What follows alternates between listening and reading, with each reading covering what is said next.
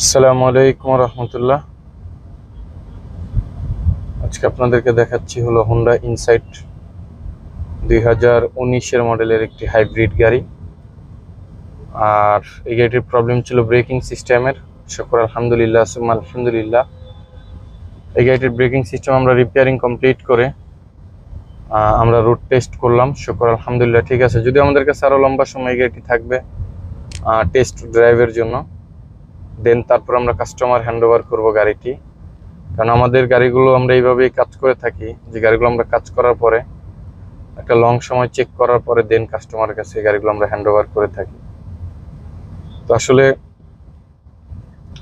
আপনাদেরকে দেখাচ্ছি যে বিষয়টা, সেটা হলো যে এটার ব্রেকিং সিস্টেমটা ওভারঅল কমপ্লিট আছে কিনা। শুকর আলহামদুলিল্লাহ। আসসালামু আলাইকুম রহমতুল্লাহ।